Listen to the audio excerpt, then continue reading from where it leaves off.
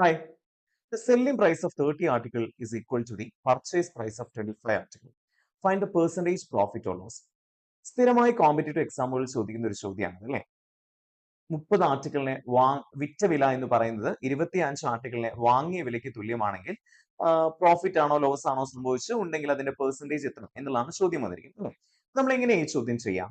Profit ആയിരിക്കോ loss ആയിരിക്കോ? ഇത് സാധാരണ ഒരു കോമൺ സെൻസ് ഉപയോഗിച്ച് ആലോചിക്കുമ്പോൾ നമുക്ക് എന്താ മനസ്സിലാവുന്നത്? 30 ആർട്ടിക്കിളിനെ വിറ്റ വില എന്ന് പറയുന്നത് ഞാൻ 25 ആർട്ടിക്കിളിനെ വാങ്ങിയ വിലയ്ക്ക് തുല്യമാണെങ്കിൽ അവിടെ തന്നെ നമുക്ക് കിട്ടി ഇവിടെ ലോസ് ആണ് സംഭവിച്ചിട്ടുണ്ടാവുക എന്നുള്ളത് അല്ലേ? അങ്ങനെ ആകുമ്പോഴും പക്ഷെ രണ്ട് ഓപ്ഷൻസ് നമുക്ക് കൺഫ്യൂഷൻ ഉണ്ടാവും. 18% ആണോ 16/3% ആണോ എന്നുള്ള സാധനത്തിൽ നമുക്കൊരു ഡൗട്ട് ഉണ്ടാവും. ലോസ് ആണെന്ന് എന്തായാലും കിട്ടി. ഇനി മറ്റൊരു ലോജിക് വെച്ച് വേണമെങ്കിലും ആലോചിക്കാം. അതായത് ഞാൻ ഒന്നിനെ വാങ്ങിയ വില 1 രൂപയാണെന്ന് വിചാരിക്കാം. ഓക്കെ, അപ്പൊ അങ്ങനെയാണെങ്കിൽ 25 ആർട്ടിക്കിളിന് വാങ്ങിയ വില എത്രയായിരിക്കും? 25 രൂപയായിരിക്കും അല്ലെ?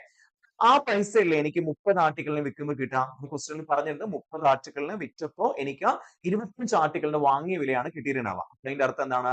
30 ആർട്ടിക്കിളിന് വിറ്റപ്പോ എനിക്ക് 25 രൂപ കിട്ടിയിട്ടുണ്ടാവും അല്ലെ? അപ്പൊ അങ്ങനെയാണെങ്കിൽ ആ 30 ആർട്ടിക്കിൾ വാങ്ങാൻ വേണ്ടിയിട്ട് എനിക്ക് എത്ര രൂപ ചെലവായിട്ടുണ്ടാവും? 30 രൂപ ചെലവായിട്ടുണ്ടാവില്ലേ? ഒന്നിന് 1 രൂപ വെച്ചിട്ടാണെങ്കിൽ 30 രൂപ ചെലവായിട്ടുണ്ടാവും അല്ലെ? 30 രൂപയ്ക്ക് വാങ്ങിയ ഒരു സാധനം ഞാൻ 25 രൂപയ്ക്ക് വിറ്റു. എനിക്ക് നഷ്ടമാണോ ലാഭമാണോ? സ്വാഭാവികമായിട്ടും നഷ്ടമാണ് അല്ലേ? ഇനി നമ്മൾ എന്ത് നോക്കണം? ഇതിന്റെ നഷ്ടശതമാനം എത്രയെന്നുള്ളത് നോക്കണം. ഇപ്പൊ എന്താ ചെയ്യേണ്ടത്? ഇവിടെ എത്ര രൂപയാണ് നഷ്ടം വന്നിരിക്കുന്നത്?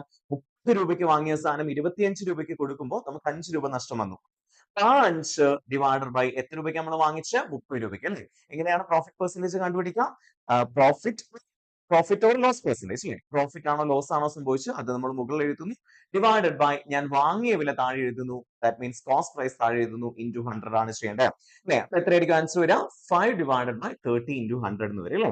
സോ നമുക്കറിയാം 5 ഡിവൈഡ് ബൈ 30 എന്ന് പറയുമ്പോൾ 5 30 എത്ര പ്രാവശ്യം പോവും? 6 പ്രാവശ്യം പോവും. അങ്ങനെ 1/6 ഇൻറ്റു 100 എന്ന് കിട്ടും. സോ 1/6 ഇൻറ്റു 100 എന്ന് പറഞ്ഞു കഴിഞ്ഞാൽ വേറെ ഒന്നും നമുക്ക് നോക്കേണ്ട ആവശ്യമില്ല. എത്രയായിരിക്കും അത്? 16/2% ആയിരിക്കും. അപ്പൊ എന്തായിരിക്കും ഇവിടുത്തെ ആൻസർ? It is 16/2% loss എന്നായിരിക്കും ഇവിടുത്തെ answer. Yeah? Yes. Thank you. See you in the next video.